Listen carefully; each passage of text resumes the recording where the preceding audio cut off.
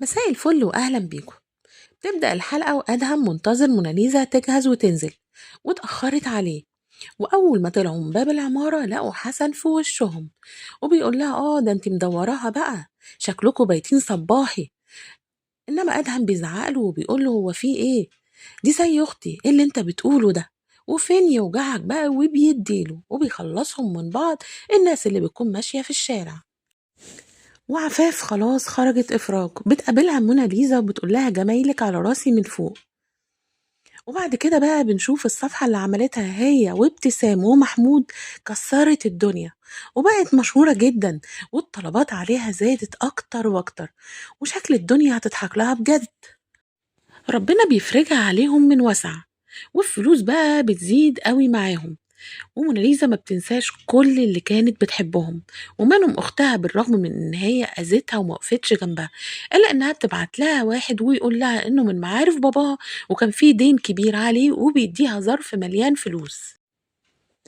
أدهم بقى بيعترف لها بحبه وبيطلب إنه يتجوزها، وهي بتطلب منه حاجة واحدة بس، تلاقي الحب والحنان والأمان معاه، مش عايزة أكتر من كده.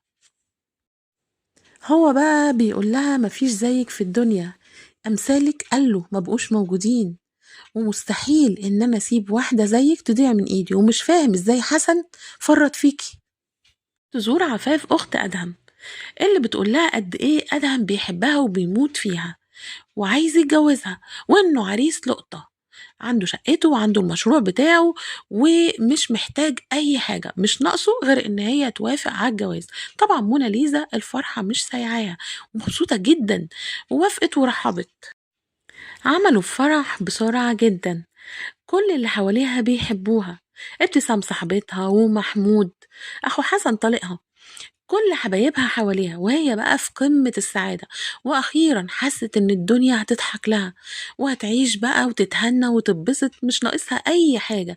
الإنسان اللي بتحبه عوض ربنا ليها، وأخته كمان بتحبها جدا، وصحابها حواليها، حتى لدرجة إن هي بتقوله ربنا عوضني بابتسام ومحمود، وبيك أنت وعفاف أختك.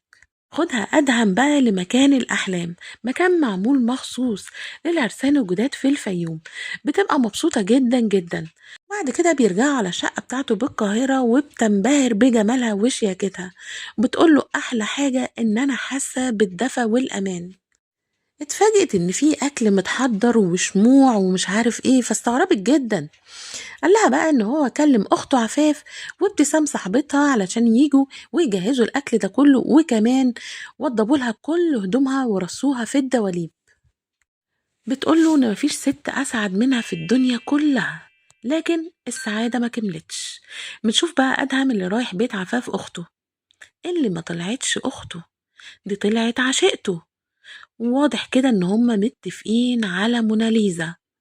وفي نفس الوقت بقى موناليزا قاعدة في المطعم بتاعها بتعمل حسابات، وبيجيلها مسج، وبتفتح تلاقي فيديو ليها وهي في أوضة النوم مع أدهم. بتتصدم، مش مصدقة اللي هي شايفاه. طب مين اللي صورها وازاي ده؟ إنما بقى اللي أكبر من كل ده، أدهم وعفاف عشقته رايحين لحسن وبيقولوا له عملنا كل اللي اتفقنا عليه، فين بقى ال5 مليون اللي قلتلنا عليهم؟ وخلصت على كده الحلقة. يا ترى هيعملوا ايه تاني في موناليزا؟ هنعرف اكيد الحلقة الجاية. اشوفكم بخير ومع السلامة.